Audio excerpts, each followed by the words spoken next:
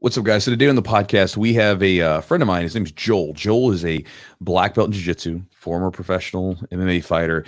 And Joel and I had our very first encounter with each other when I was a blue belt. He was not, he'll talk about it in a second, was not actually a blue belt, but we had our first encounter at a competition together, and we'll talk about the story of that. For some of you guys that maybe have watched one of my old videos is where I was on the mats, or not on the mats, out in the back talking by the railroad tracks. Like some of my early videos where I'd walk up and down. Yeah, I remember those. And so one of those things, I was talking about a match where me and this guy had a back and forth battle, and then that kind of thing. And like at one point I slapped him in the face. And so we'll talk about that in a minute, get into more details about it, but it's a super cool guy, and be some nuggets for you guys that are training. He's also an older guy at this point. He's about 50, still training. So if you're a little bit older, or maybe you're like me and you're kind of maybe cruising to that older age a little bit more quickly than you'd like to be. I found this out recently. So we had 3 weeks off from training because my injury in my shoulder. Yeah, it's fine now. And then I had a vacation in Costa Rica, had my first like normal week back. Oh man, like I felt so out of shape, which I never really feel out of shape. Like, I could take like a month off and I could come back when I was younger and still feel great. Now it's like, man, I'm trying to hang with these young guys. Get back on the horse, buddy. Yeah, I lose the cardio faster now. Sure, absolutely. Than I used to. Now it's like I've got to really work to get it and maintain it. So getting back on the wagon and getting that going. I'll probably share some stuff here on the podcast and on the YouTube channel, sharing kind of what I'm doing cardio wise coming up. But anyway, with that said, let's jump into this podcast with Joel.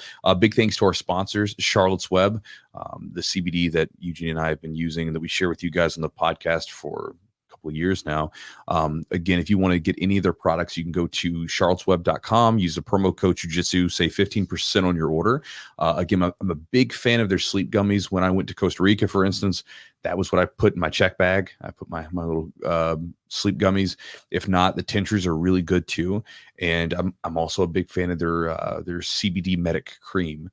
That's another thing. Anytime I travel when I'm doing jiu-jitsu, I always take that damn cream with me because it's I think it's FDA approved for pain relief and stuff. So it's a legit cream. It's not like just like snake oil. So it's a legit cream. So if you want to check that stuff out, I always encourage people with supplements to always try it out. Give it a run. Usually I say at least 30 days, to see how things work. I mean, like if you're going to do a workout program, if you're going to do a new diet, if you're going to do a supplement regimen of some sort, you need to give it some time before you work, right? It's like, like someone eats a really clean diet for one day, and then the next day they eat a box of donuts, right? Like, yeah, not going to get the benefits from it. But if you eat like a good diet for like 30 days straight, you're going to see some massive changes in your body. And then sometimes you can have that same effect with supplements where you use them consistently for a while, and then all of a sudden you get these big differences, right? And so with CBD, I noticed the difference. It took a little bit, but then once I started to feel it, I felt great with it. I think it really helps out with my recovery, sleep, inflammation in my body, things like that. So if you want to check it out, give it a month trial for yourself. Go to their website, charlottesweb.com, promo code Jiu-Jitsu, save 15% on the order, and you can try out whatever products you'd like to for 30 days and see how things go for you, and give it a whirl. So also big thanks to our sponsor, Epic Roll, epicrollbjj.com. Matt, right now, for those of you guys, because I posted on my Instagram, I was talking about the problem with the Velcro, and I think he sold out of some of the shorts. Yeah, because it was like, hey, Chewy, the shorts are sold out. So I'm glad you guys got some of those shorts, and I hope that you enjoy them, the Velcro-less shorts, as much as I do. He's also got some new rash guards out. He's got a leg locker rash guard. So if any of you guys if you've seen his leg locker shirt, he's got a leg locker rash guard now. So if you go to his website and maybe you're a person who has an inclination to want to tug on people's ankles and feet, you can get the leg locker rash guard, let people know what's up before you roll with them. Or maybe you want to throw people off. Maybe you don't like to do leg locks, but you wear the leg lock rash guard. So maybe they're thinking it. I remember years ago, I was like, I used to go to jiu-jitsu tournaments and wear a singlet, and they would scream wrestler with me. So a lot of guys would just pull guard. Even though I was just an okay high school wrestler, they would pull guard on me, which made it easier for me. Then I could just pass guard. So maybe you could do it that way too. And then he's also got another one. It's like a tarot card thing. So he's got a couple new designs with his rash guards, and also he's got a new Ghee coming out called the Sky or the Ice. Yeah, it's like a light. It's like a white and like a light gray thing. Yeah, it's really slick. It's slick. So if you want to check any of his stuff out, you can go to Epic Roll BJJ. The promo code is Jiu-Jitsu. Save 15% on the order. And then, guys, if you want to support the podcast and get your greedy jiu-jitsu knuckles, your mangled jiu-jitsu hands on some additional content, you can go to our website or the Patreon website, patreon.com/the jiu-jitsu podcast. On that website, you can then log in, or you can subscribe, if you will, for a very inexpensive price, and you can get access to years of content that's been building up. Some of the things that we've posted recently, there's some narrated rolls. There's some stuff from my teaching to my students. There's a video in there, I think from last month, where I was showing some tips for older grapplers on how to slow things down. So if you're a little bit older, it might be useful to you. And then we also have little bits and pieces from every podcast guest on there as well. Like we just posted up the one with Cade Rotolo, talking about some of the training stuff on his side. And so again, if you'd like to learn some additional lessons from all the different black belts and grapplers that we've had, along with some extra content to help you with your training, you can go to that website, patreon.com/the Jiu-Jitsu podcast, get access to it, subscribe, and it'll help support the podcast, give you some stuff that you can tinker around with and learn from. And you can check that out. And then, guys, if you want to join the Chew Crew email list, you can go to jujitsu.net. There is a button on there. It says free ebooks. You click on the free ebook button. You put your email address in. I will send you some free ebooks directly to you. One is a game plan guide for your jiu-jitsu game plan. The other is a drilling guide, some ideas on drilling and how to use techniques. The drilling guide is probably going to be taken down sometime in the near future. I'm going to replace it with something else. But you get those ebooks along with the free video for free, obviously. And then from there, you can get the emails from me Monday through Friday as I send them out every day. And you'll get kind of the heads up on anything that I've got going on. Because I'll be honest with you, sometimes I'm not always on social media. So I'm really lazy sometimes about posting on Instagram and elsewhere. So sometimes there's things that pop up that the email list get that no one else gets, because I just don't talk about it anywhere else. So if you want to get access to any of that stuff that I have going on, or get some information that's coming up, go to the website, jujitsu.net, subscribe. And guys, with all that said, let's jump into the podcast with Joel.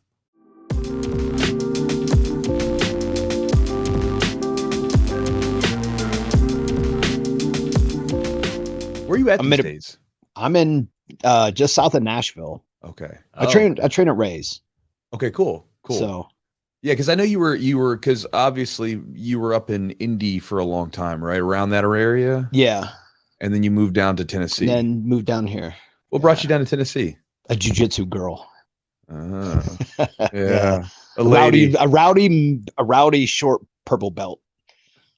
So she is interesting. Yeah, I was telling Joe, I don't know if we formally met before, but I remember going to the Ego, and I I think you had a big beard then. Did you have a big beard? Probably. I've had a big beard for a while. And so it's like, oh, he's like a rough fella. He looks like he's done some stuff, and being like a white belt or a blue belt, I was like, oh geez, you get a little intimidated by how people look sometimes.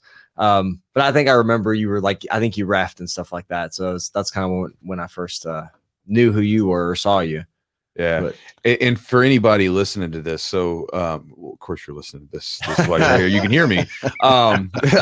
For anybody listening to this, I'm talking through some radio in an apocalyptic sort of future. We can do that if you want. No, but for you guys to listen to this, so Joel and I had a match when we were blue belts, and I love this match because it's so funny. So Joel was he was a grizzled fella even back then. He had that crazy look in his eye that that dude's gonna be pretty rough.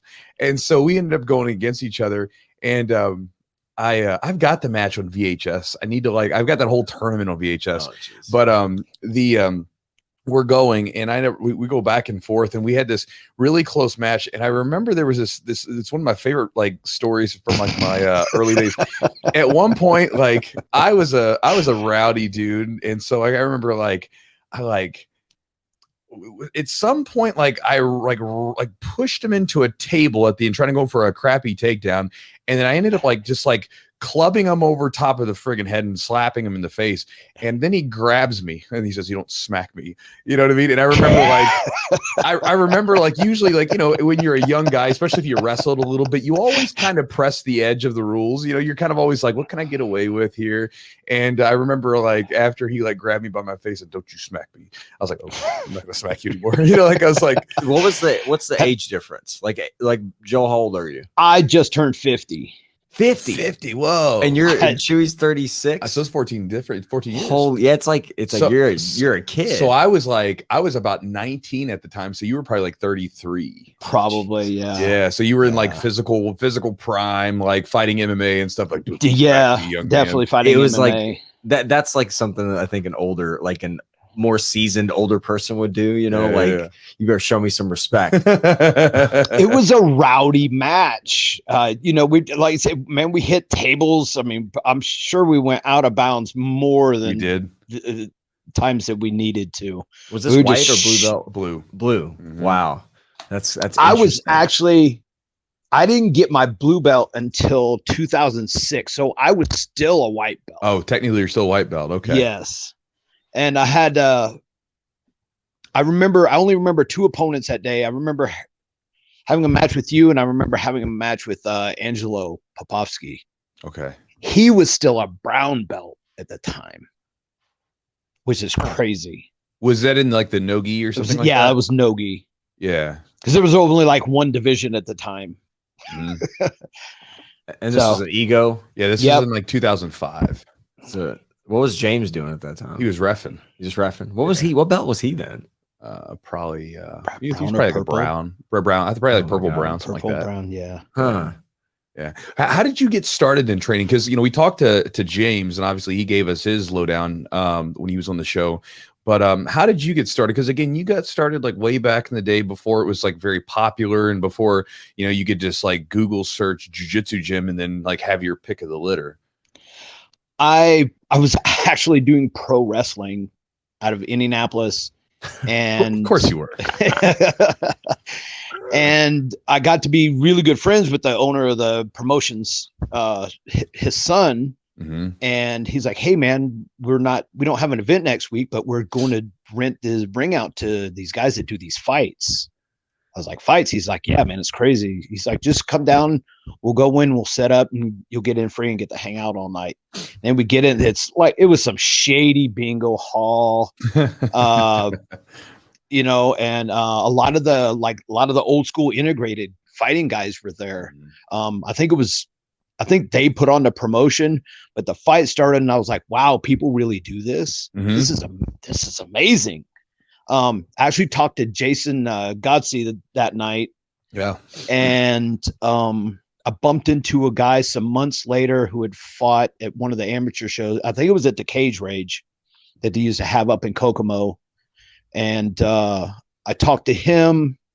I was working at a nightclub, and I got a phone number. 3 weeks later, I showed up, and that was in November of 2001. And I never looked back. It was this is what I do now. Now, were you like, did you have some like high school wrestling or something experience beforehand? Yeah, wrestled in high school.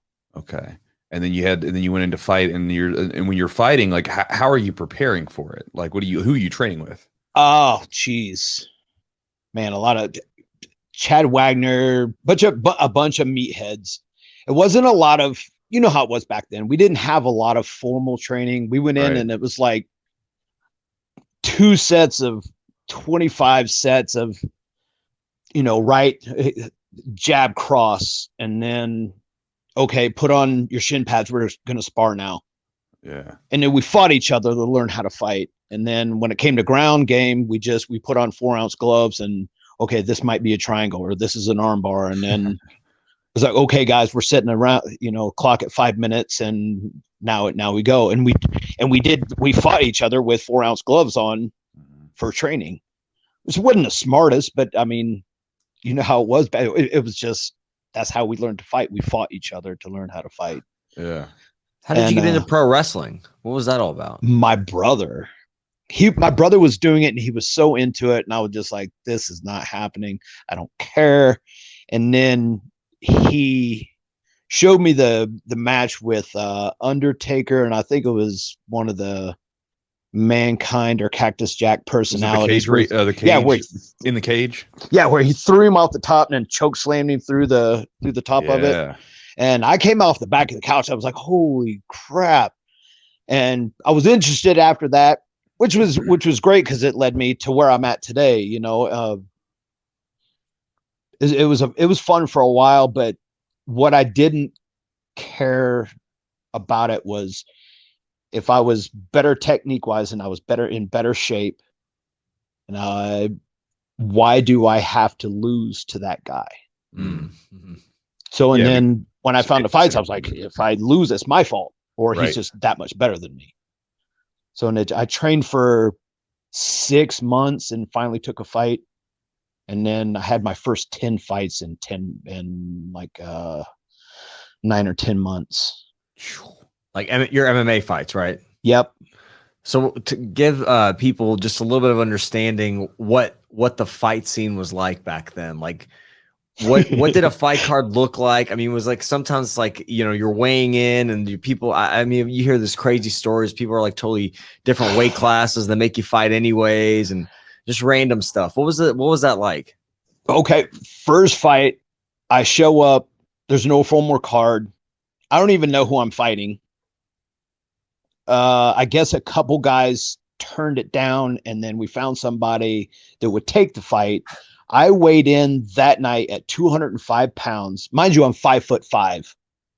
So, and I was still powerlifting, which was wrong for what I wanted to do, but I was big and strong, so I didn't care at the time. Right. My opponent was 235 pounds and had about, I think they said like 12 or 13 fights. They're like, hey, you want to fight this guy? And I'm like, yeah, I'm here. Let's do it. And then it was almost like that every time for a while. My next show was Danger Zone, which was Dan Severn's. He was bringing it down from Michigan and having events in Fort Wayne. And I show up and they put this. We actually had an actual bracket made out by hand, taped on the wall. The guy I had in the first round, the last time they saw him, he was in the parking lot. And then the guy who won on the other side said that he didn't know that it was a tournament. He wasn't ready to fight another fight. Oh, wow. So Dan's assistant, Becky Levi, is perusing all the people in the crowd, all the guys who fought, and finally found a guy who had fought earlier that night. He won relatively quickly and said he'd take it, and too bad for him.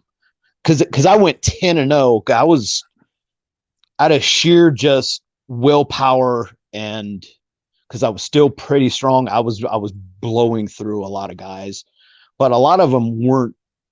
They just weren't that great. Sure. I mean, I did okay. I feel like I did okay MMA wise, but you know, I really love jiu-jitsu. Now, how did you get started with training jiu-jitsu? Because like you said, you're training kind of just doing whatever, and you're doing MMA, and at some point you started doing jiu-jitsu. How did that come about?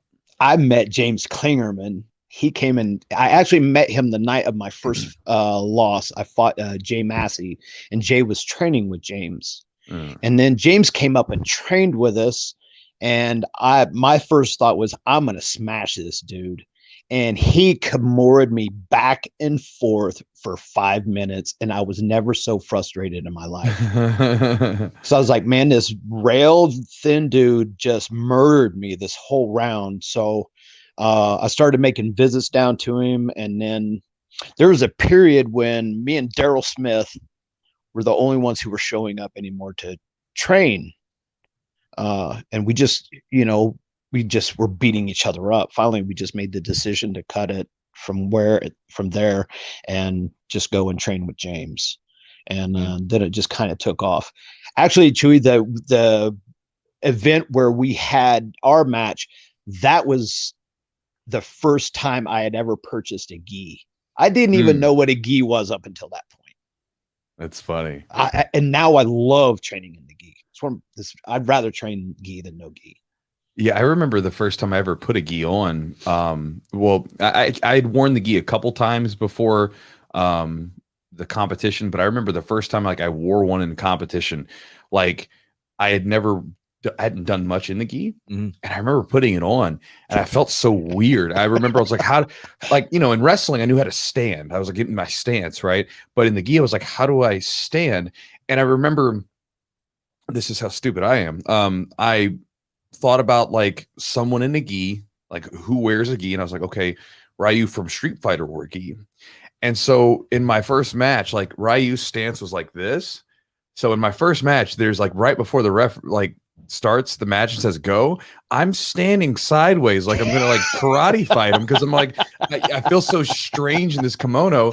Now, as soon as the match begins, the guy grabs my neck and I start going wrestling, and I did a power duck and slammed him. But there was this moment where like I'm like standing and I'm like, I have no clue what I'm going to do. Is there a picture of that? There is a picture. I think I've seen it. Yeah, there's this one where I'm standing like sideways like this, and like my hands kind of down here, but I'm like, that was my stance when I started the match. But why would that change as opposed to you're doing the same activity? Well, I don't know. I'm 18 years old. It's not like I'm stupid. So you're not like doing it. I still remember the first time I ever trained in a gi, and it was horrible. It's like, why am I so hot?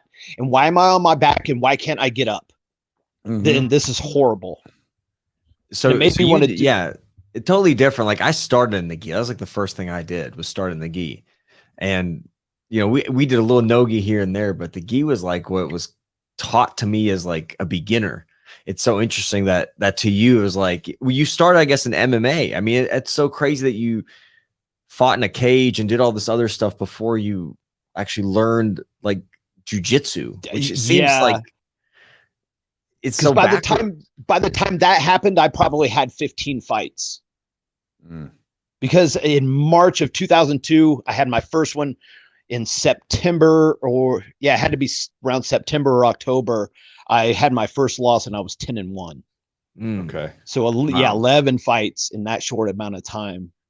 And then just like, what did you do? You just rely on your wrestling. I mean, you just basically ground and pound wrestling. Yeah, pretty much. Try to close the distance, continually work on my striking, which even now is only average.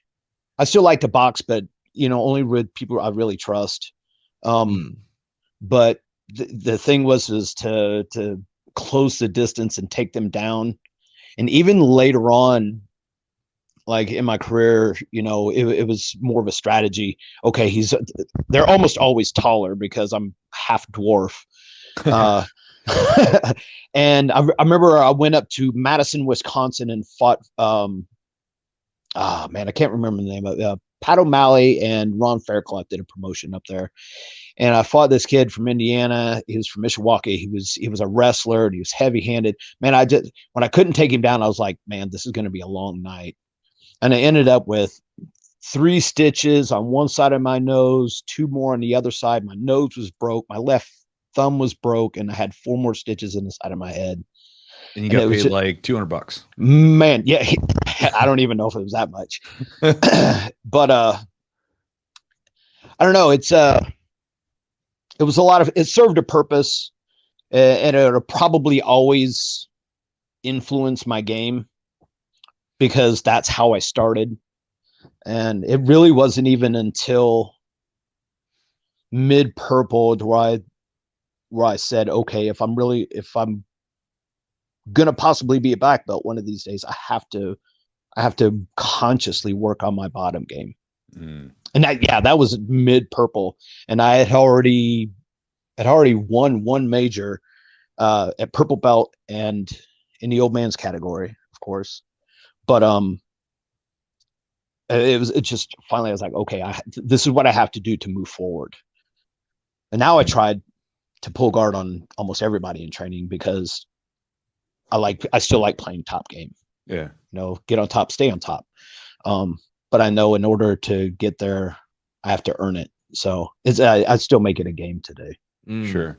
Yeah, Chewy, you talk about that all the time, like making like little games for yourself in training, just to work on, because I guess if you work your best positions, best techniques, you're really not going to evolve as much. I mean, you might get better at certain things, but on the other hand, when you fought MMA, like you worked a lot on your stand-up. which was interesting to me. You didn't work on, I guess, did you work a lot of wrestling? I mean, was oh yeah, I stayed heavy on the ground game, but I worked. I tried to be smarter and more prevalent with a lot of my stand up, because I knew at some point I wasn't going to be able to take somebody down. I was going to have to be at least somewhat proficient on my feet, and it didn't always work out. But why did you do MMA? Like, what was there like obviously when you were doing it, there's not really, MMA is kind of small. It's very much, you can't really make a living off of it. I mean, what was your goal? Were you just doing it just to kind of scratch an itch? What was the? I think so. I was fascinated when I saw it. And then it ultimately become it's kind of an outlet, because I feel like some of us, like I say, it's quite a bit like the Knuckledraggers, man. We yeah, man, we have to have that. We have to have that out. Yeah. It's super good therapeutically, and I didn't realize that in the beginning. Really, in the beginning, I think it was just more of the challenge of it all. Just to be able to go out and do it, because even today, with the explosion of the sport, there's still millions of people that will never ever cross that line, right, and go in and challenge themselves in that capacity. So I feel pretty privileged that I was able to do that, and I ended up having 33 fights altogether. Yeah, it's a different thing. I always think about that. Like the people that like were doing this when we were like in the early 2000s, late 90s fighting, like, even now there's not like, a lot of guys aren't making not making a strong living in MMA just from the money that they make there. Right.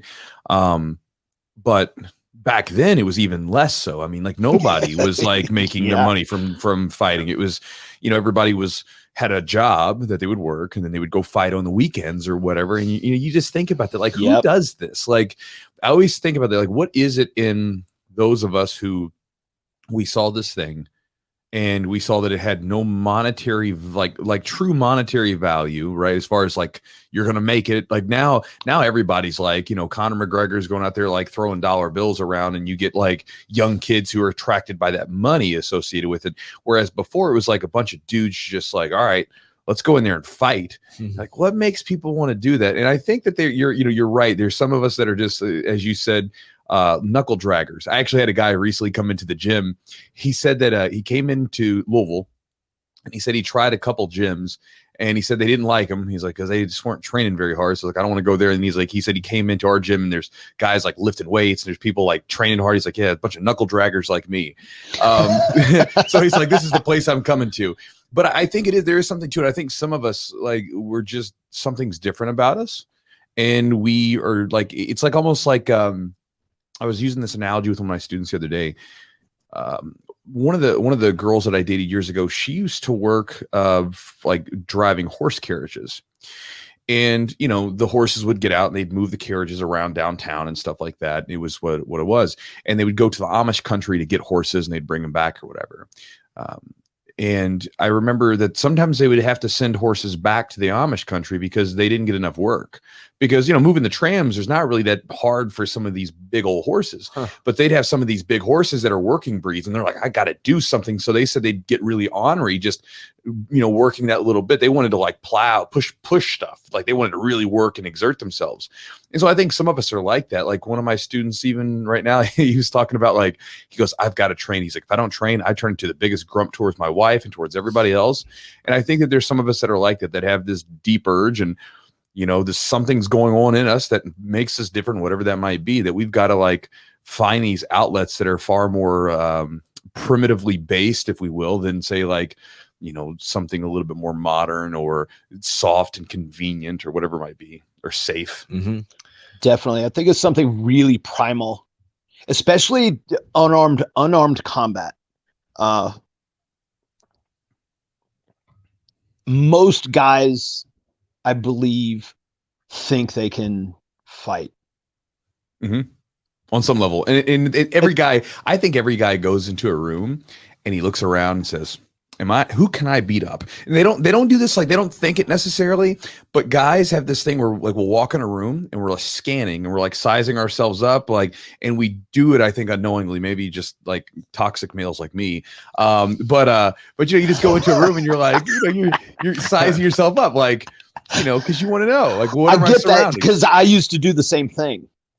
I always do this. I go scan the room, and now I scan a room looking for exits and who may be a threat in the room. Yeah. But it's that man-to-man, unarmed. It's very personal. Mm-hmm. It's very personal because, like I said, a lot of guys believe that they can, and then the ones that come in and then realize that they can't because they're getting murdered by the 150-pound purple belt. And then they can't handle it because they had some type of ego coming in, and they just don't ever come back. I think there's also a feeling of walking into a room and feeling like you can't, like that's a bad feeling. Feeling like you can't protect yourself or defend yourself. Like, I never had any kind of combat experience or anything like that. I played soccer and tennis. Yep. And and like, I had some things where my brother got jumped and I was always kind of terrified, by him. He had like his orbital bone, like his eye broken. And to me, I was always like, I would be like scared. I didn't realize I was, but like jiu-jitsu to me, it's not really why I started, but eventually as I started training and getting some experience, and I realized like I was just like more confident in these areas. Like if I went to a bar or something, I wasn't as worried about other people. But yeah, right now as you get older, you're like, and I have kids, I'm like always looking at exits and stuff like that. Like, how do I get out? Where, where's my back, or who's behind me, kind of thing. Now you just pay attention to all that stuff. But I think it's a terrible place to be where you feel like you can't handle yourself. And like, doing MMA and even jiu-jitsu at this point can be really, it can turn that for you a lot. Yeah. I remember when I was fighting, and I don't know about you, what you think about this, Joel. I remember when I was fighting, I always remember I felt like I was in like a parallel universe when I stepped in the ring, because you're doing this thing where like literally what we're doing, like inside of this ring, is illegal if we step outside of this ring. Like inside of the ring, we both signed this document that says if we die or we get hurt, it's on us, right? Because it literally says, I remember reading this for the first time when I had my very first amateur fight, and it said like, in case of death, like, you know what I mean? Basically, you're on your own, brother. And like, what do you mean in case of death? Who's dying? Like, wait a second, I'm not gonna die. I'm what at the time I was like 20 years old. I'm not gonna die. Think of death. I can't die. Age, yeah. My brain's not even fully formed. But there's this thing where like you're in this parallel universe for a moment where you're literally like all bets are basically off. I mean, there's a few things you can't do, but I mean, literally you can take your fist and you can ram it into someone's face as hard as you possibly can. You can drive your knee into their body as hard as you possibly can. And it's completely okay. You know what I mean? And until that ref says stop, or until the ring bell goes off, like that's what you're doing. And you both agreed upon this. It's a really weird thing that I remember like when I stepped in the ring the first time, I'm looking around and I'm in this cage and I'm like, oh, snaps. Like the ref's there. And I'm like looking at the other guy and I'm like, I'm about to like go like batter this dude's face in and then fight. Okay, let's go. It's a weird thing. Yeah. Very weird thing. What I think is even more different is the better you get, the more high level you get, the more you try to de-escalate outside of like the academy, in public. You mean like fights on the street and stuff? Yeah. 100%. Man, I remember going out for my cousin's bachelor party. Of course, we're all up on the front row and we're pulling my cousin back off, and I hit this guy's pitcher of beer, of course, and knocked it over. It was almost empty, and he immediately was furious. I reached in my pocket, pulled out a 20, and said, "Hey man, my bad. Here, have another one." He was upset about it, but he didn't say anything. And I felt like, regardless of whether the pitcher of beer cost $5, it was completely worth de-escalating the whole situation, because it's all bad. It's all bad. Now I had I was going to work one day here in that driving up to Nashville. Had a guy throw his coffee on my car going down the interstate because he borderline cut me off and then wanted to run 71 in the fast lane. So I went to go around him. This went back and forth. He cut me off intentionally. Then he wouldn't let me in front of him. So eventually when I got in front of him, he whipped around up next to me and he starts videotaping me, wave at him. He pulls up a little bit and I'm like, okay, he's leaving me alone. And then the coffee hits my car and goes up my windshield. And then it clicked. I'm like, okay, now we're going to fight. So I pull off on the exit. He pulls on the far left lane. I pull far off on the right. And there was 2 cops in between us in the middle lane. I went to work and I argued with myself for the next 30 minutes on why I should have followed him or shouldn't have followed him. And no matter how angry I was or how I felt about it emotionally, I did the right thing by going into work because either one, I beat the brakes off this guy and I get in trouble or he's got a gun and I get shot or I get beat up, which I've been beat up before and I'm okay with that. Yeah. But not everybody is okay with that. So either way, it all ends up bad. Yeah. So I like having that de-escalation. That and we meet a lot of people and some of the most unsuspecting people are killers. You know, met through there like James. James does not look like he has the ability that he has, and that dude's a freaking ninja. But I think that this is the thing where, like, for instance, in our society today, it's ever more softening, right? And we try to suppress the urges that we have, the primitive urges that we have. The one is fighting, right? Like, you know, like when I was a kid, for instance, like we would get into fights sometimes and it was considered kind of okay. It wasn't after school. Yeah, right. After school, we would meet at the flagpole and it would go down, right? You win some, you lose some. But it wasn't considered that big of a deal, right? Like if you went home and you got suspended from school for a couple of days, you'd go to talk to your parents, you know, did you start the fight? No, I didn't start it. Okay, well, whatever. You know, just what it was. You get into fights sometimes, you know? Yep. And then now it's like this big zero tolerance thing where it's such a big deal if they fight. I'm like, but the thing is everybody has it in them to some degree, because just like that dude that threw coffee at you, guarantee the dude doesn't train, because if he trained, that energy would have been dumped out in training, and that urge to want to do something, he would have been in check where he was like, you know, maybe you cut him off, maybe he cut you off, who knows, right? But he would have been like, whatever, you know, like you just don't care, like it's not that big of a deal, and you know, you get that stuff out of you. And I've seen this so many times where you see people get so angry in their cars or in random situations where they want to fight. They want to strike someone. Yes. And but these same people be like, oh no, you know, fighting's bad. Or like, no, it's not bad. It's one of those things where it needs to have a nice, healthy outlet for us in society so we don't hurt each other. And a great place is the gym, where you're training and fighting and you're doing so with rules and there's a respect for one another, and you learn how to control yourself in those situations. Just like you, if you hadn't trained, I guarantee you probably would have gotten out of the car and you guys would have fought, you know. But the fact that you trained, you're a little bit more aware than the average person. So, you know, because we've all been in those situations where you're fighting or you're competing or you're rolling and you get that, like the little voice inside you comes up and it's frustrated or it gets angry or it gets anxious or it gets whatever. And you learn to like notice it. And you're like, whoa, I got to keep on moving. You know what I mean? So, yeah. But I think society needs more outlets for the very aggressive side that we all have in us, and so we can have a place to give it an outlet. Have you ever seen the mutual combat law in action? I've seen some stuff on the internet, but I don't know the reality of it. Like, so I've seen videos where like these guys, like I've seen a couple of them where like the cop will be there and then these two guys are going, and then as soon as the guy drops to the ground, they back up and stop. But I've never actually, like, I don't know the full gist of it. I was apparently, as long as they agreed to it, and I walked up in the middle, and these guys were already starting to fight, and they're starting to fight. I believe it was when I went out to Seattle, and I'm watching this and there's cops standing there and I'm like, man, these guys are fighting in front of the cops and the cops aren't doing anything. I was like, this is insane. So I learned about it later on. And when it was over with. And that's when I really learned about it.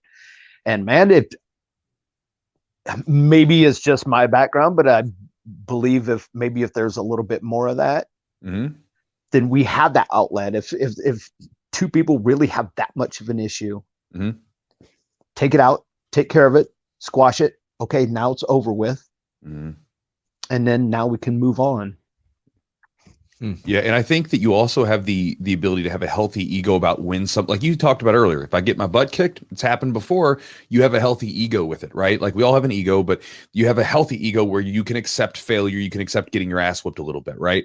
Yes. And I think a big problem is like, think about this. This is something I've thought about a lot where, let's say in today, you might grow up as a kid and never get into a fight, not once. Right? Because things are, like, for the most part, more peaceful than they've ever been, right? No matter what the news tells you, the facts are in, you can go look them up. It's more peaceful than for the most part it's ever been. So you could go through your school, your whole school and everything else and almost have no fights, right? And then you become an adult. And then maybe you're faced with a situation where you've got to fight, right? Now, let's say you lose that fight.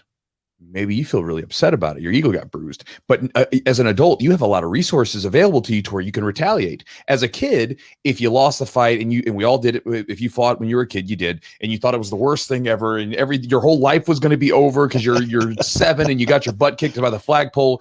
You know, the next day you went to school and it was kind of over. Nobody cared. And you realize, oh, you win some, you lose some. Not a big deal. But if you lose your first fight as an adult, you're in a bad space because now your ego's like bruised and you've never had this happen before. And now if you're like, you know what, I'm gonna go shoot that guy.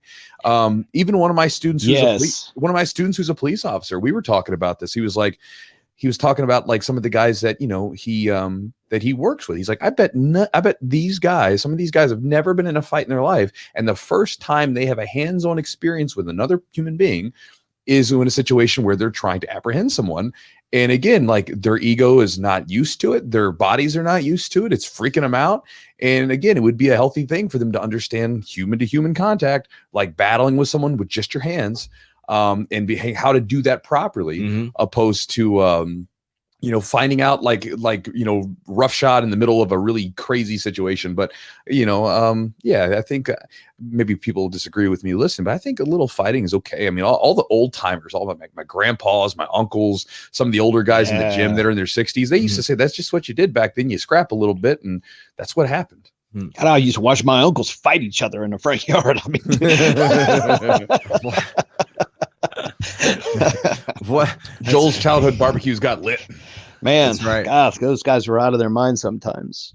Did you have anybody that kind of, you know, as far as childhood or growing up that influenced you, like to just become who you are, or even to get into doing wrestling, or even being a, you know, an MMA fighter? My uncle Brian was a really good wrestler, and that's why I wrestled in high school. I just wanted to, and I was a sub 500 wrestler my first 2 years, and I don't know what happened. That switch hit or something, and had 2 really good latter years in high school for wrestling. How did you deal with, you know, like loss or even in MMA or wrestling, or just even in jiu-jitsu? What was kind of a process for you to recover from like a tough experience like that, like a loss? Looking back, it was definitely harder in MMA to eat that than it was jiu-jitsu, because starting fighting and then working into jiu-jitsu competitions, it was like I showed up at jiu-jitsu competition smiling. I was in a good mood. It's like, man, I'm not getting kicked today. I'm not getting punched today. I get a grapple some, and I'm going to be great. I don't have any scars that I'm going to have after today. The percentage for that's going to be very low. So I'm walking around and I'm in a good mood, you know. It was a lot easier jiu-jitsu wise. MMA wise, man, after I took that first one, it was just kind of back and forth, and I put together like a couple really good performances. But outside of that, I wasn't consistent enough. And, you know, I've made peace with that. Hell, I went out on a loss, and a lot of people are like, oh man, I'm not going out on a loss. But I went out. My last fight was a loss, and I'm okay with that. Not that I felt like I've redeemed myself jiu-jitsu wise with some of the stuff, but just because I developed myself in a, you know, in a better way mentally. I made my peace with it. Plus, I started late. I started training when I was 30. So I was kind of, I guess, in my adult prime, but man, that's not a very big window, especially in combat sports. You know, and by the time I'm 35, I'm only halfway through my fighting career, and I'm starting to decline physically. You know, it's just a fact of life. Nobody beats Father Time. No. Well, and also, you know, when you're an adult, you can't just think about fighting. You have to like do a lot of other stuff. I think that's one of the biggest things that like younger people have, besides the fact that they're in a youthful frame, is the fact that they don't have to do anything. Like, you know, like for instance, when I started training, I was living at my mom's house and I worked a little bit to make money for jiu-jitsu training and tournaments. But otherwise I was just training all the time. I ate, slept, and breathed jiu-jitsu. And, you know, this is the time before ubiquitous internet and smartphones. So really like other options were pretty limited. There wasn't a lot of distraction. It was like very much like jiu-jitsu all the time. And, you know, I could think about it all the time when you're working a full-time job and you're trying to like put food on the table and you got other stuff going on. It's a little different when then you're also, okay, now I'm going to focus on training 20 plus hours a week on top of that. Like it just doesn't have the same ability for your body to absorb everything. Yeah. Yeah. Cause I've been working. There was a time in early to mid 2009 where, when the economy took a crash around that time and I got laid off of my job and I was like, why don't I was renting a room for like $50 a week from one of my students. I was running some classes. I was like, why don't I just do this for a while, collect some unemployment and live like a fighter, you know? And then all of a sudden I'm doing 2 a days, and a couple of days a week I'm doing 3 a days, and it lasted for a while and it was super cool. But for the most part, for the last 20 years, man, I'm a welder by trade. So I've been slinging steel and then for 10, sometimes 12 hours a day and then go train. And it gets harder as we get older. But I wouldn't have it any other way because I don't believe I had any other option with it. You know, I've heard the expression, you know, it's always the hard way. Why did you choose the hard way? Well, what makes you think I had another path to go down? Maybe this was supposed to be, you know, like we talked earlier, maybe pushing the rock is my goal. I'm not supposed to get to the top of the mountain. I'm just supposed to push the rock. The process. Yeah, man, the process. I'll be happy pushing a rock till I fall over. How's your body kind of held up, you know, since you're 50 now? What have you done to kind of keep yourself together? What are some injuries you've maybe come back from, and what are you doing now? And maybe if you had to tell your younger self some advice about kind of keeping your body healthy, what would you do? Honestly, I wouldn't tell myself. I would have left myself alone if I saw my younger self. I would have let myself go full charge like I did.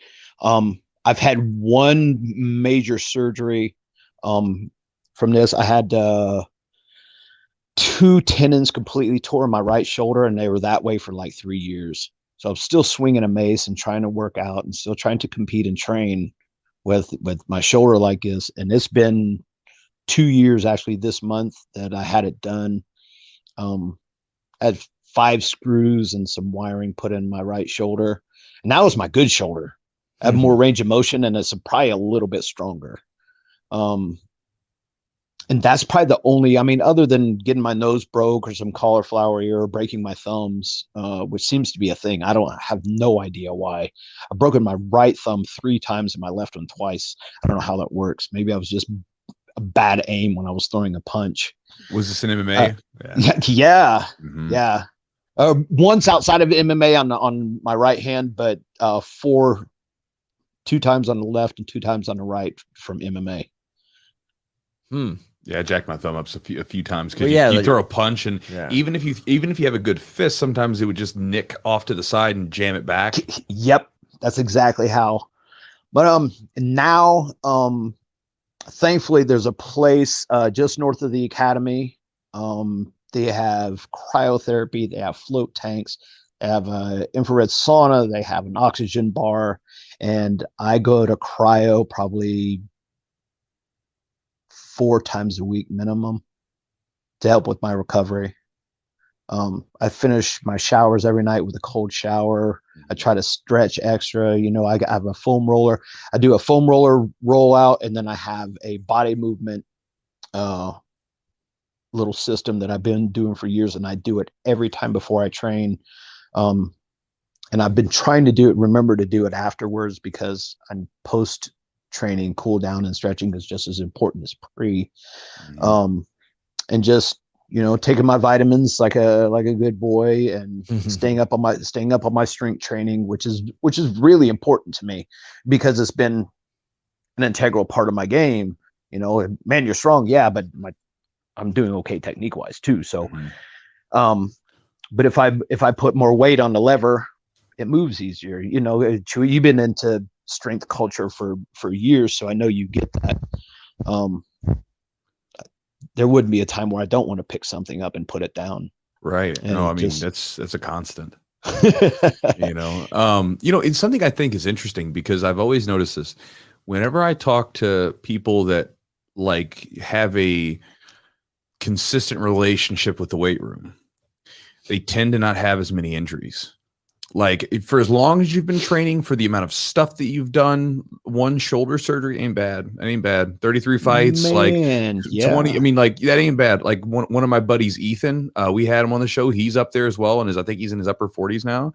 I think we had him when he's 45, and he's been training for a long time. Like, what have you had? He hasn't had a single cut done at all, you know, and he's done a lot of stuff. But I think that there really is something to, like, again, you change, you don't necessarily go, okay, I'm going to lift as much as I possibly can kind of thing, but you're always keeping the muscles and the tendons strong. And I tend to see that people that don't engage in some sort of weight training tend to have more injuries. Definitely. And it's funny how my training has changed, because I was very big into traditional movements like squat, bench, deadlift. And now I do a lot of kettlebell work. I do a lot of mace work. I'm getting more and more into some of the strongman stuff. Like I have a sandbag in my garage, and I just got a new one because it's heavier. Of course, I want to pick it up. Right. But just odd stuff like that, because it transfers really well to grappling. And that because I was having a lot of aches and pains in my joints when I was doing a lot of the traditional lifting. And I talked to actually Kyle Helsper, who's been huge into kettlebells for a long time. We just sat down and had a really long talk, and I just slowly got into a program, and man, I don't ache like I used to. I'm sore as crap from the training, but I believe I'm supposed to be. Yeah. If I'm not, then I'm not doing myself any good. But a lot of stuff like that. It's funny how it's changed over the years, the context of how I'm approaching my lifting and my strength training. Yeah, I still do a lot of the conventional stuff. The only difference that I've changed some stuff, but there's some lifts I stay away from. But for the most part, like I always try to incorporate some tempo work into it. And I try to like when I was younger, it was all about lifting the weight as much as I could. Now it's more about like range of motion, because I found that if like I really go through a deep range of motion, say in a squat, like my knees feel great after I'm done, because I didn't go maximal weight, but I really worked on getting the depth. And then I'm building that strength in those range of motion, going all the way through, rather than just trying to jerk the weight around. And, focusing on that range of motion, and also incorporating some tempo work where you really slow the reps down and work on some pauses and things like that. It's been really useful for obviously building strength and everything, and musculature and all that stuff, but also just like the way my body feels. I've actually got increased range of motion in certain parts of my body from doing deeper ranges of motion with the lift and really slowing it down and like getting to those deep, like where you're at the very end of that muscle, like where it's like fully stretched out and you just kind of hang there for a couple seconds and then you come up out of it. It's actually helped me out a lot. I believe that's what's kept my lower body in tuned and not injured, as we go back to what you had previously stated. You know, one of my favorite things to do is legs. I love doing legs and I love doing back. It's the weirdest thing. But I think that squat, that the loaded carries and the way it transfers over, not just for physical strength, but for physical health. I can't put a value on it.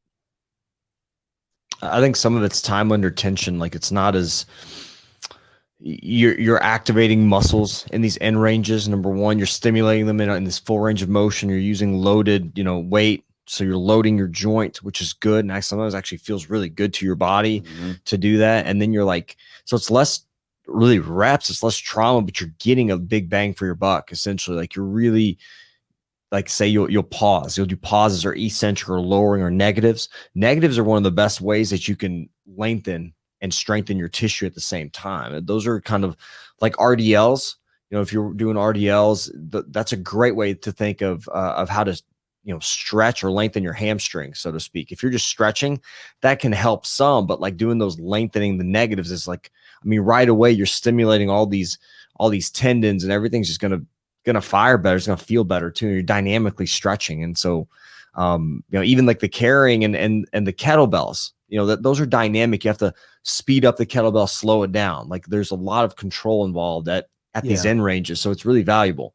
Unless you beat your body up less too. And it's hard. It is. It's in a hard different way. Yeah. Man, yeah. And that's what I like about it is, especially like now with my different mindset. If it's hard, man, I really want to try it and I really want to do it. Because it's a challenge. If I miss it, that gives me time to go back and do homework to where when I go back and do it again, I'm not going to miss it. But that's that process. Maybe I slipped pushing the rock, but now I got my traction again. Now I can start gaining more ground again, pushing the rock again. So when you started going back to jiu-jitsu, did you imagine like you'd get a black belt? Was that something that was on your radar ever? Only after I got my purple belt, I remember saying to somebody, or maybe it was just in my head, I was like, man, I could actually be a black belt one of these days. And I never thought about it before then, because if we've seen a black belt, man, that was like a unicorn back then. Right? Yeah. So it wasn't something that I was thinking about even before that. And even after that, it was just until I got around an environment. I had never, ever been concerned with the belt. And then I was in an training environment where, because of people in my ear, I got concerned with it. And it took a lot of the joy out of my training. I almost quit training as a 2-stripe purple belt. And I hated training. I didn't like going in. I would remember sitting in my truck and staring at the door and just dreading going in. And I was like, okay, ultimately you have to come to a decision, man. I'm either going to stop or I'm going to go forward and I have to make this better. So what I did is, we talked about earlier, it turned into a game, and it turned into what can I get away with and how long can I get away with it for? And if I didn't get away with it for very long, next time I get away with it for a little bit longer. How do you mean? Okay. What's When an example? When I really started wanted to work my bottom game, I started requesting a lot of sweep pass or submit. Okay. But I would make myself start on a wall. I knew I could pass. So I had to get the pass in order to get my reward, which was working on my bottom game. So I started off with how many people can I sweep? I mean, I'm never going to be a good triangle person. I got a 29-inch inseam. You know, I might do a couple of the kids in the teenage class, but outside of that, it's a pretty much a no-go. So I wanted to sweep, you know, so I just started sweeping. You know, if I swept 3 people, for example, then maybe I got my guard passed and I got to go back to the wall. Next time I got to be in the middle and work on my bottom. And next time I had to sweep 4 people. And the next time I had to sweep 5. Then when I started getting a little bit more proficient, it was just, okay, let's just get 1 more. Okay, what else can I do? God, I love, when I was a blue belt, I knew an omoplata and I could teach it decently. Well, probably not that good, but I thought, man, I will never use this. I will never, ever use this, because I was still, you know, had the wrestler mindset. Then at mid-brown, I was like, oh, hey, look at this right here. And then it became one of my favorite sweeps. So I just wanted to turn that back around and start having fun with what I was doing. Regardless, if I'm on bottom and you're crushing me, tomorrow you're not going to crush me as long. And I'm going to make sure somehow that I'm preparing. I have to look at how you were doing it and go back and correct that. That way I was getting out faster, and I was recovering, getting guard recovery, or I was fighting to, you know, doing that dog fight up to the feet. You just weren't going to keep me there as long as you did before. Well, yeah, because I think that's the thing, right? Like when you're training can be really overwhelming and not very fun if you get focused on things that are kind of outside of your own control. For instance, a belt that's not within our control. You know, that's within the control of the person that gives it to us. You know, but when you're saying or rolling with someone, like, all right, I'm gonna hit 4 arm bars. Well, that's within my control. Now, granted, if the person's really good, it may not happen, but that's something for me to shoot for that I have some control over, right? You know, and absolutely, like you said, slow down the submissions or slow down the smashing if you're getting crushed by someone. I used to do the same thing when I would roll with people. I'd literally look up at the clock and say, okay, they got me, like they submitted me 4 times today in this amount of time. I'm going to slow down to maybe 3 next time. Or I remember, you know, early on when I was a white belt, I remember like having this sort of mindset where if I somehow got on top of someone, I would literally just bury my head in their chest and stall. And it was basically like, if I could just stall out against one of the blue belts, and, you know, it was a boring match for anybody to watch, but hey, I didn't get submitted. That was at least a little bit of a win for me, because then I'm slowing down the rate by which they crush me. You know? Yeah. I think a lot of it's just like, and what you guys mentioned is competition really against yourself.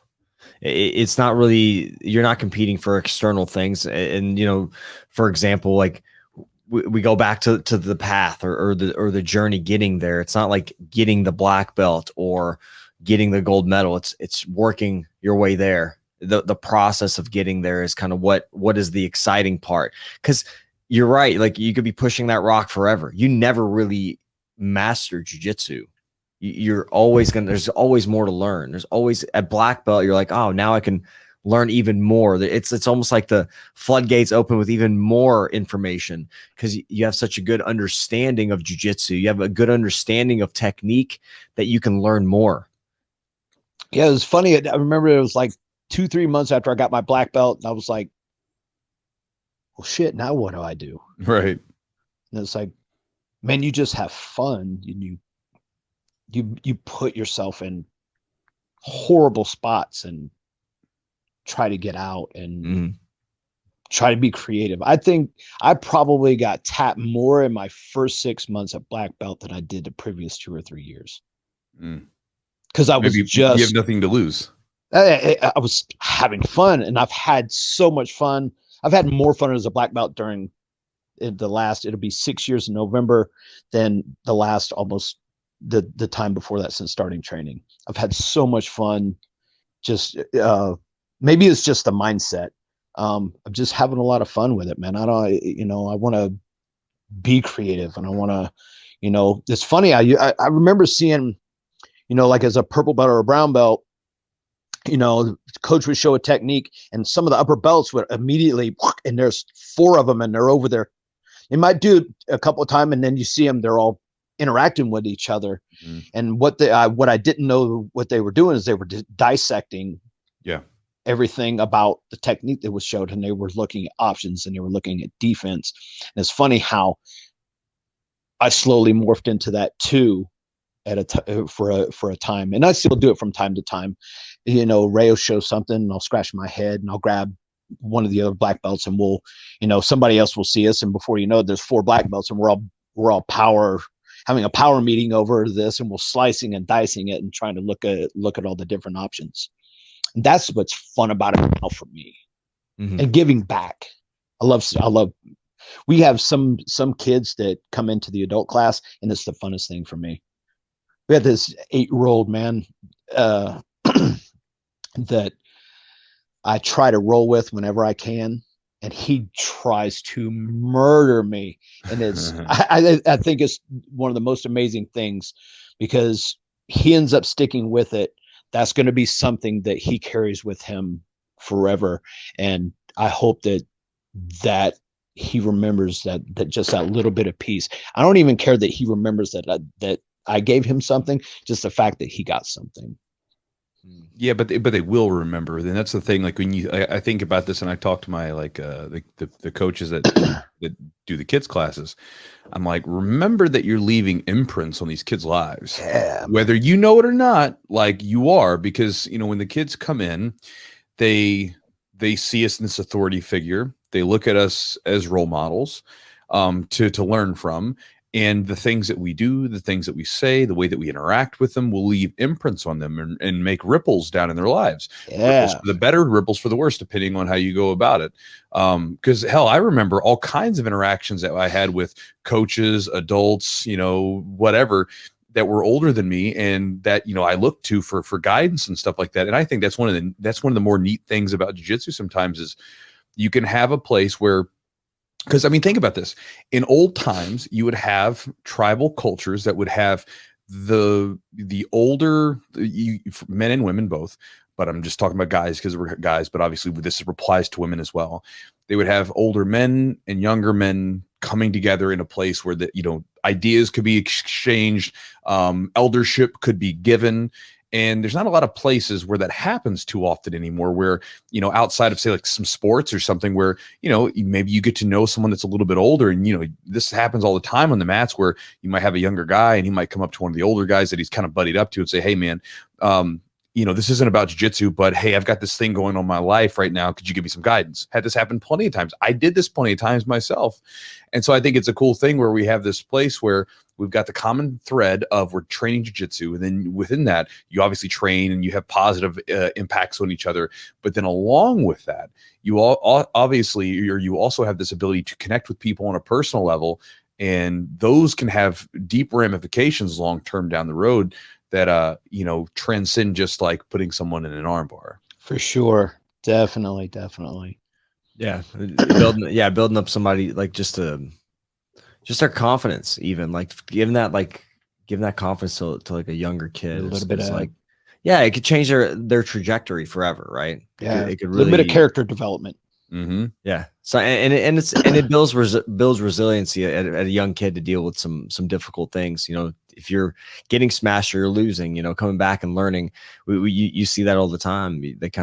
You give the ability to redeem yourself in that environment, and you also learn how to handle difficult things, how to handle adversity at a young age, which I think can translate to adulthood. Definitely. Had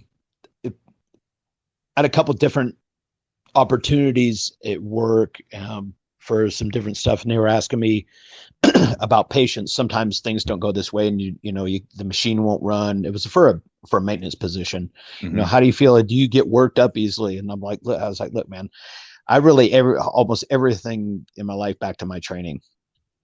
And they just kind of looked at me because they know what I do at work.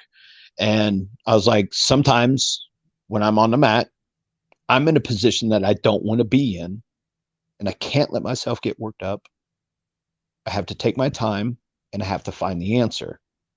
So I apply that over to on the job.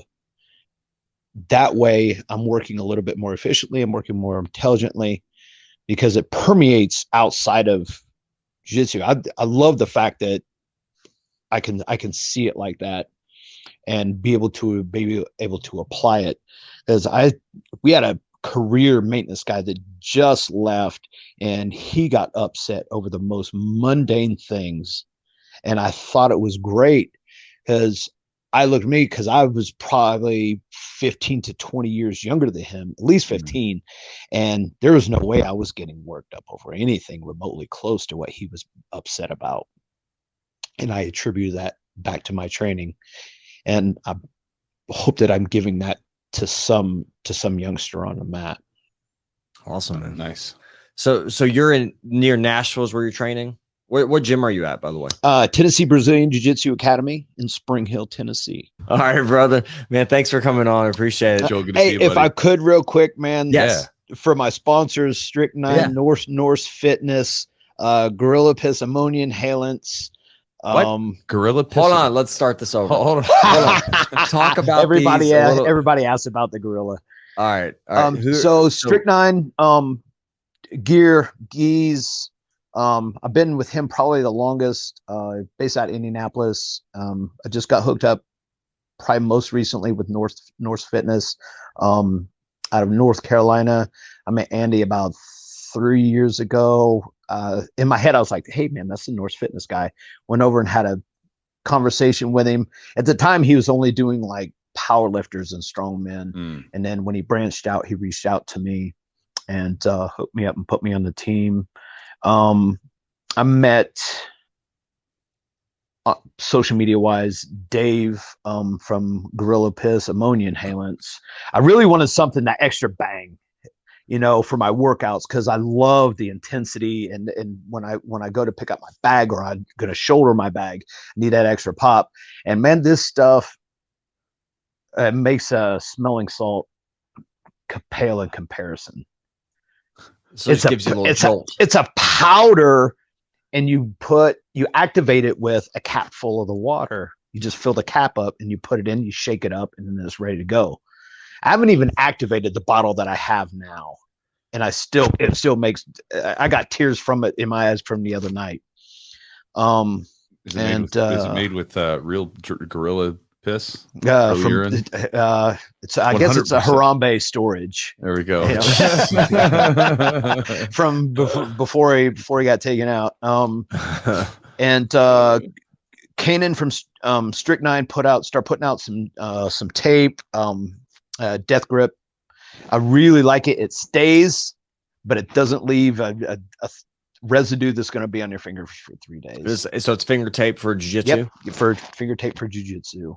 I'm always trying to tape out. Everybody always makes fun of me because I tape like a bunch of my fingers. They're like, you're the physical therapist, so you're the one that's always got braces and you're always injured. Just taking preventative. Because I like the Ghee, man. I like to play with the Ghee, so my fingers get mangled. So definitely, yeah, that's cool. I'll have to try it out. Yeah, he's based right out of Indianapolis too, so cool. It should be a short delivery time. Awesome. But I really appreciate it, man, guys. Yeah. It's an honor being on, man. Chewy, you and I go way back to the beginning, and it's super cool to see how everybody has transformed through the journey through the years, and it thrills me to be a part of this history. It's super cool. Jiu-Jitsu is strong in the Midwest, man, and it's a beautiful thing. You guys are some of the old school dudes. You guys are some of the original. Well, he's older than me. I was still wrestling when he was out there fighting people in friggin' bars and stuff like that, wherever they'd strap that cage up. I'm telling you, they had to hold on to the cage when you hit the fence at my very first event. Oh, jeez. I'm not surprised. It was made with like a real chain link that they got from Home Depot. Just threw that stuff up there and ready to go. We got ourselves a jiu-jitsu cage match. That's usually how it works. Yeah. Joe, man, awesome, thanks for taking the time, dude. Thanks, guys, man. Chewy, I'm back and forth a lot, man, but I promise you, man, one of these days I'm going to be able to make sure that I pop in again. and see Yeah, you man. guys. Anytime you're coming through, doors are open to you. So Absolutely. stop on by. I appreciate you. All right, guys. So hope you enjoyed that podcast with Joel. Hopefully there was something useful that you got from it, or maybe at least entertaining. Maybe some of you guys don't like the way that I say things are getting softer with society, which maybe isn't a bad thing, but I think there's just a good that primitive fighting thing. I think it's a good thing to have an outlet for it because it's in us. I think you have to. It's the more you suppress it. Well, you don't have to, and you'll have the problems that you have now, where you have road rage and you have people that go crazy and do all kinds of nasty stuff. Yeah, no, I agree. I mean, I think, but I don't care who you are. I think having a physical outlet of some sort, whether it's jiu-jitsu or something else, is extremely vital, because even weightlifting, we talked about weightlifting a lot. Sometimes that weight, man, you look at it and it can kind of stares back at you, and it can seem very, very, very much of a challenge. And I think overcoming that, lifting a weight you've never lifted before, or really going through like a tough workout, I think that builds that resiliency, and it also gives you that outlet. And there's something about just being like doing something physical, right? Like, because we live in, first off, our bodies are designed to move. We're not designed to be sedentary inside homes and offices all day doing nothing. Yep. It's not what we're designed to do. And we're designed to get out and do stuff and move. And I think when you look at what happens to the body when people move, all the positive chemicals that are released in the brain, the neuroplasticity that takes place, there's all kinds of really cool stuff happens from exercise. Yep. And to me, it even reminds me of like, if you've ever been around like someone that had like a border collie or like a working breed type dog, and then they live in like an apartment, that dog will start to tear everything up. Yeah. Good dog, but it's like, it doesn't want to be cooped up. And you have the same thing with people where if they coop themselves up, they just turn into like slugs that are grumpy and irritable. And then they get out and train, I feel better.